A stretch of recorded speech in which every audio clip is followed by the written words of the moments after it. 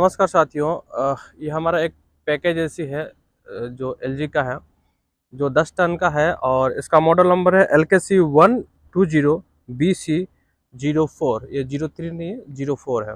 ठीक है, इसमें गैस R22 है, 3 फेस है और वोल्टेज इसका 220 है। तो इस मशीन का हम आए हैं सर्विसिंग के लिए, और सर्विसिंग के लिए हम देखेंगे कि इसमें सर्विसिंग क्या क्या रिक्वायरमेंट है।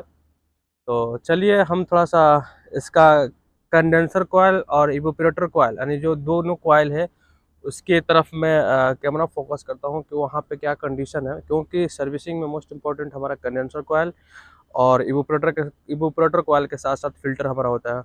तो चलिए इसके बैक साइड में हम कवर खोल के देखते हैं कि इसका क्या कंडीशन है। देखिए, जब हम दूसरे साइड में आते हैं तो हमारा इधर फिल्टर सेक्शन है ये साइड में, और ये हमारा कंडेंसर कॉयल है, वी कॉयल। ठीक है, हमने कवर खोल दिया है। कवर खोलने से पहले हमने सप्लाई को ऑफ किया।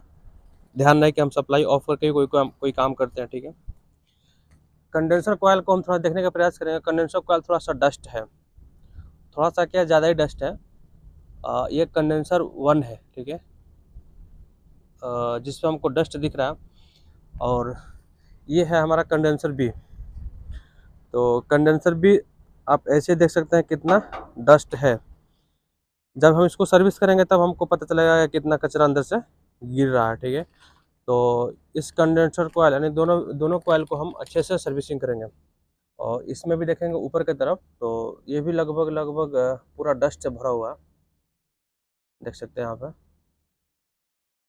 अंदर भी दिखाने का प्रयास करूँगा। ये डस्ट से भरा हुआ है, तो पहले हम इसको ऊपर से पानी मार के क्लीन करेंगे, डस्ट नीचे गिर जाएगा हमारा। कंडेंसर कॉयल की तरफ जब हम देखते हैं तो चलिए, कंडेंसर कॉयल हमारा डस्ट है, इसको हम पानी से क्लीन करेंगे। बट हम जब कंडेंसर कॉयल के साइड खोलते हैं तो हमको पंखे का रोटेशन भी हमको चेक करना जरूरी है कि क्या मूवमेंट में है। तो ये फुली मूवमेंट में है, और दूसरा वाला पंखा है उसको भी मैं घुमाने का प्रयास करूँगा थोड़ा यहाँ से। चलिए, तो दोनों पंखा हमारा अच्छे तरीके से घूम रहा है। ठीक है, इसका मतलब क्या है कि हमारा पंखा का बेरिंग जाम उम नहीं है। ठीक है, और कोई साउंड नहीं है, अच्छे से स्मूथली घूम रहा है। अब हम आते हैं इवोपरेटर कॉयल पे, यानी जो हमारा कूलिंग कॉयल है। और ये देख सकते हैं हमारा फिल्टर ऐसा लग रहा है कि पूरा ब्लॉक है। मतलब इसमें 50% ब्लॉक मान के चलिए।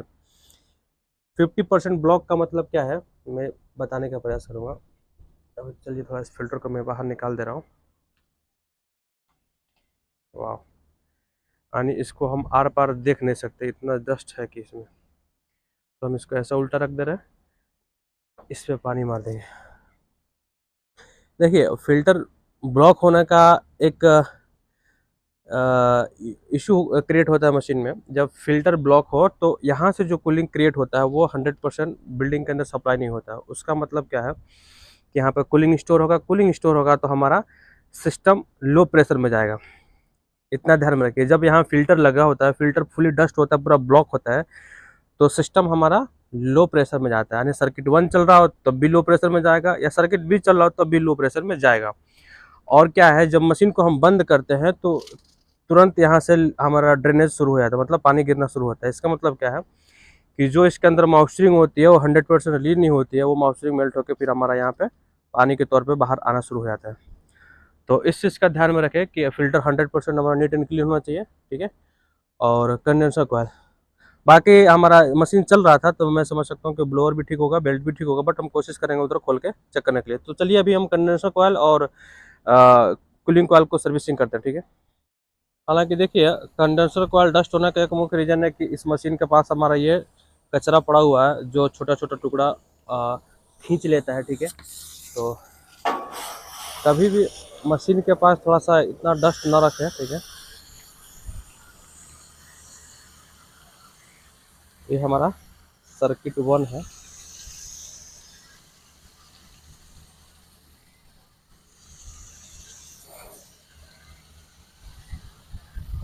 गर्मी के सीज़न में जब मशीन का मेंटेनेंस 100% क्लियर होता है ना, तो इसका कूलिंग परफॉर्मेंस 100% बिल्कुल अच्छा होता है। जहां मशीन को 2 घंटा चलना चाहिए, वहां 1.5 घंटे में मशीन हमारा बंद हो जाता है, मतलब कूलिंग रीच करके। ठीक है, और कंडेंसर कॉइल देखिए, जब कंडेंसर कॉइल पूरा अच्छे से क्लीन होता है ना, तो इसका ये जो मोटर है यहाँ पे ऊपर जो लगा हुआ है, ये हीट नहीं होता है। हीट होने का मतलब क्या है कि इसका बेरिंग जाम करेगा, मतलब अंदर का जो बेरिंग का जो लुब्रिकेशन है उसको हीट करके वो थोड़ा सा हार्ड करेगा, ठीक है।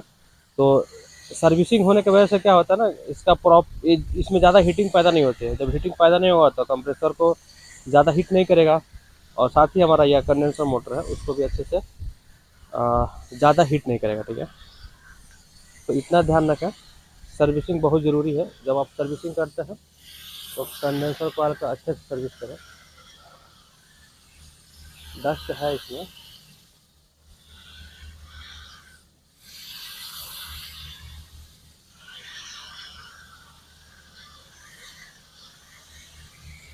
और इसमें आप अगर इस मशीन पे फ़िलहाल आप काम कर रहे हैं तो इस मशीन का जो हाई प्रेशर होता है,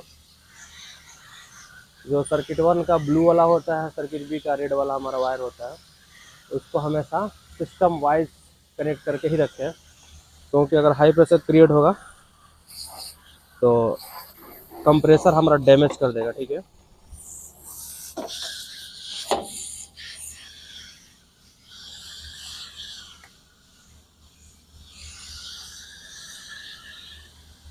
तो चलिए, पहले हमने ऊपर से मारा, अभी हम नीचे से क्लीन करेंगे।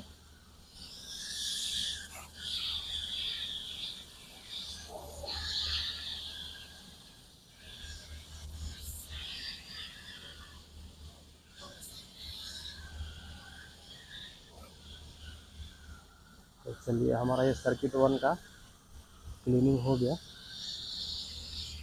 अब आते हैं सर्किट बी का कॉइल। सर्किट बी का भी कॉइल काफ़ी गंदा है, और देख सकते हैं कितना कचरा गिर रहा है।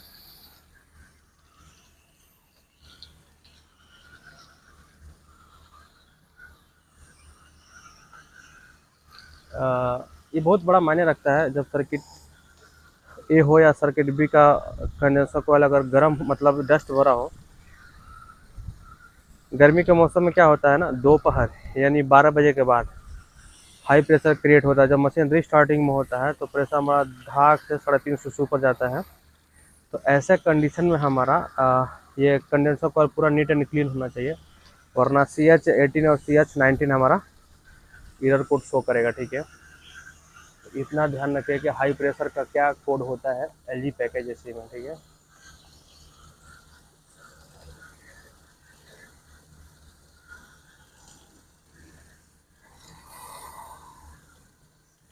चलिए,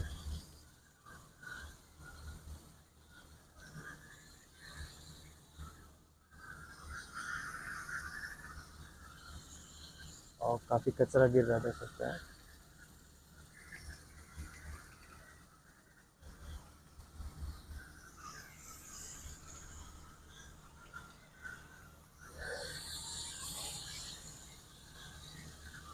इस मशीन में क्या है, सबसे ज़रूरी है हमारा हाई प्रेशर क्रिएट ना हो, उसके लिए हमारा कंडेंसर कॉइल पूरा अच्छे से क्लीन करना बहुत ज़रूरी है, ठीक है। और इसमें हल्का सा अगर पंखे का स्पीड कम होता है तो CH18 या 19 हमारा आना पक्का माना जाता है, ठीक है।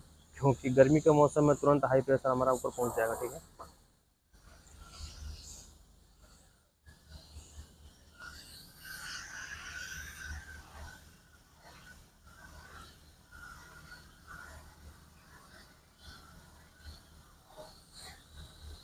चलिए, मैं ऊपर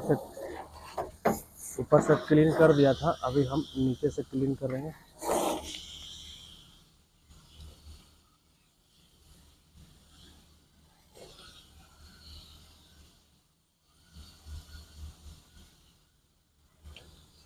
ऐसा क्रॉस में मारते हैं तो जो रुई कपड़ा खरपतवार आके इसमें जब चिपक जाता है ना, वो क्रॉस पानी मारने से वो निकल जाता है, ठीक है।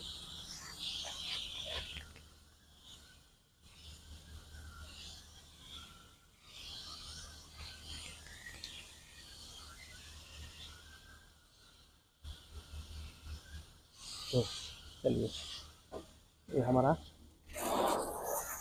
सर्किट 1 का और सर्किट बी का कंडेंसर कॉइल दोनों का हमने सर्विसिंग कर लिया। सर्विसिंग कर लेने के बाद थोड़ा सा नीचे का जो ट्रे है, यहाँ से हम पानी मार देंगे ताकि जो कचरा यहाँ पर आकर रुक जाता है वो निकल जाए, वरना सूखने के बाद फिर यही हमारा कंडेंसर कॉइल में खींच लेगा। ठीक है, तो इस चीज़ का भी ध्यान रखें आप। इसमें भी हालांकि इसका तो खैर इसमें ज़्यादा नहीं दिख रहा है क्योंकि इधर का कंडेंसर कॉइल बहुत कम गंदा था। चलिए अब हम आते हैं इवोपरेटर कॉइल की तरफ। तो इवोपरेटर कॉइल गंदा कम है, बट इसका फिल्टर पूरा भरा हुआ था, यानी टोटल फिल्टर इसके डस्ट को रोक लिया है। ठीक है,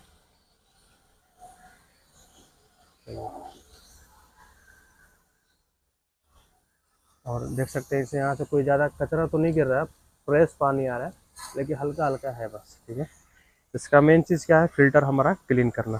फिल्टर क्लीन कर देंगे अच्छे से तो इसका हमारा अच्छे से क्लीनिंग हो जाएगा।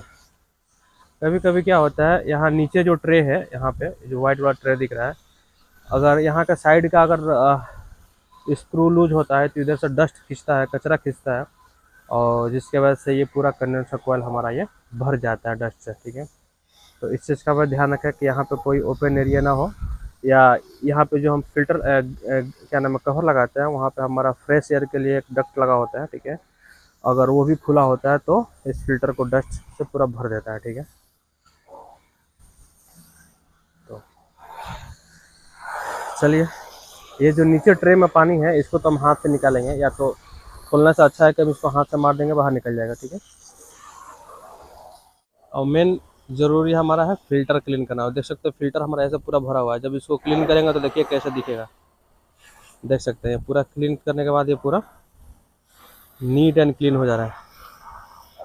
फिल्टर को हमेशा उल्टा करके मारते हैं ताकि कचरा इसके पीछे से आके चिपकता है, तो जब हम इधर से पानी मारेंगे तो वो पीछे से निकल जाएगा। और ये देख सकते हैं कितना काला काला गिर रहा है, वाह।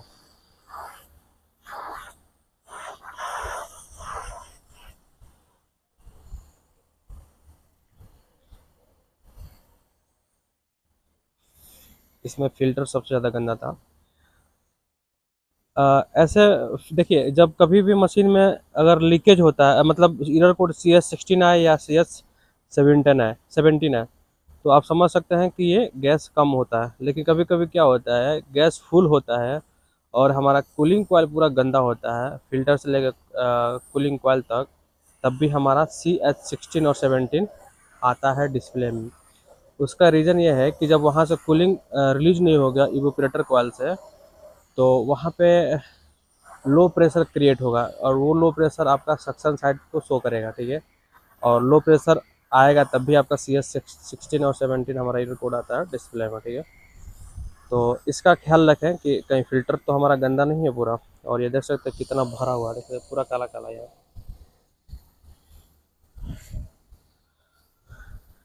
तो हालांकि सर्विसिंग में मैंने दो चीज़ पाया, सर्किट बी का कंडेंसर कॉइल पूरा गंदा था, और इसका फैन हमारा जो फिल्टर है, सॉरी इवोपरेटर के पास जो फिल्टर, ये पूरा डस्ट से भरा हुआ था। ठीक है, तो सर्विस रिक्वायरमेंट में सबसे दो बड़ा रीज़न हमने पाया है, बाकी सब कुछ ठीक है, कोई दिक्कत नहीं है। तो चलिए अभी फिल्टर को हम अच्छे से क्लीन कर लेते हैं, और क्लीन करके अच्छे से मैं पैक करके थोड़ा सा कंट्रोल पैनल की तरफ मैं देखूंगा कि वहाँ पे क्या क्या कंडीशन है बेल्ट का। ठीक है, अभी देखिए साथियों, मैंने कंट्रोल बोर्ड का पैनल खोल दिया है, और ये हमारा दिख रहा है ब्लोअर है, नीचे हमारा कंट्रोल बोर्ड है। ठीक है, यहाँ पर हम खास कर ये देखते हैं कि बेल्ट का क्या कंडीशन है। बेल्ट हमारा ना ही लूज है और ना ही ज़्यादा टाइट है, मीडियम में है, अच्छा सा है। और इसका नंबर भी रीड कर लेते हैं कितने नंबर का ये बेल्ट है। तो ये B51 का बेल्ट है, यहाँ पे ऑलरेडी मेंशन किया हुआ B51। ठीक है, तो बेल्ट का कंडीशन ठीक है, और यहाँ मोटर कोई ज़्यादा मूवमेंट में नहीं है हमारा। ठीक है, और नीचे हम आते हैं कंट्रोल बोर्ड पे, तो यहाँ पे हमारा सब कुछ लगभग ठीक है, नया मशीन था। थोड़ा सा डस्ट है तो मैं इसको नाइट्रोजन से थोड़ा सा भी क्लीन कर दूंगा। तो ये सर्किट 1 का कॉन्टेक्टर है, ये सर्किट बी का कॉन्टेक्टर है, ये हमारा ब्लोअर मोटर का कॉन्टेक्टर है, और यहाँ पे कोई तार वार जला वाला ऐसा कुछ नहीं है। और मशीन नया है इसलिए इसमें कोई ज़्यादा दिक्कत नहीं है, मैं अपने तरफ से, बट इसको थोड़ा सा हवा मार के हम अच्छे से क्लीन कर देंगे। ठीक है, तो उसके बाद क्लीन करके हम इसको पैक कर दें, पैक करके बाद हम चालू कर देंगे। ठीक है, तो चलिए थोड़ा सा इस पर हवा मार देते हैं। अभी देखिए हमने इसको अच्छे से नाइट्रोजन से क्लीन कर दिया, तो थोड़ा सा देखने में पहले से साफ़ दिख रहा है। देख सकते हैं इसका कंट्रोल बोर्ड। तो साफ़ कर देने से थोड़ा सा समस्या मतलब हमको देखने में अच्छा ये लगता है कि कौन सा तार कहाँ से आ रहा है, किधर जा रहा है, ठीक है। और मशीन लूज कनेक्शन की वजह से थोड़ा सा हैंग वैंग नहीं होता या डस्ट की वजह से कभी हैंग नहीं होता, ठीक है। तो इसलिए हमको कंट्रोल बोर्ड भी थोड़ा सा साफ़ करना बहुत ज़रूरी है। तो चलिए पैक करते हैं, पैक करके फिर चालू करते हैं। अभी देखिए मशीन को मैंने अच्छे से पैक कर दिया है और मशीन हमारा चलने के लिए तैयार हो गया है, ठीक है। तो चलिए हम ब्रेकर को ऑन करते हैं यहाँ से। ये हमारा ब्रेकर है, यहाँ से हमने इसको ऑन कर दिया। ऑन करते ही हमारा ब्लोअर मोटर चल गया, यहाँ से ब्लोअर चल गया। कुछ मिनट के बाद हमारा ये कंडेंसर फैन चालू होगा। पहले वो कंडेंसर फैन चालू होगा, उसके बाद ये चालू होगा। वो सर्किट 1 का कंडेंसर फैन है और ये सर्किट बी का है। अभी हमारा कंडेंसर फैन चालू हो गया। अभी कंप्रेसर स्टार्ट होगा। चलिए वो कंप्रेसर स्टार्ट होते ही हमारा ये पंखा चलता है, ये भी चल गया हमारा। ये जैसे चलेगा कुछ सेकंड के बाद ये कंप्रेसर भी स्टार्ट हो जाएगा। देखिए अभी दोनों कंप्रेसर स्टार्ट हो गया। इसका मतलब क्या है कि सर्किट 1 का पहले हमारा फैन चलता है, उसके बाद उसी का कंप्रेसर चलता है। जब उसका कंप्रेसर चलेगा तो ये पंखा चलेगा, और ये पंखा चलेगा तो इसका कंप्रेसर कुछ देर के बाद चलेगा। ऐसे मशीन चलता है हमारा, ठीक है। और मशीन हमारा बिल्कुल ठीक चल रहा है, कोई दिक्कत नहीं है। और मशीन पहले भी सही चल रहा था, बट मैं सर्विसिंग के लिए आया था, ठीक है। तो मुझे उम्मीद है कि मशीन हमारा पहले से और अच्छा चलेगा। कूलिंग परफॉर्मेंस भी हम देख सकते हैं, बहुत अच्छा कूलिंग है, ठीक है। सो वीडियो देखने के लिए thank you very much. I hope बहुत कुछ सीखने को मिलता होगा छोटे छोटे वीडियो के माध्यम से।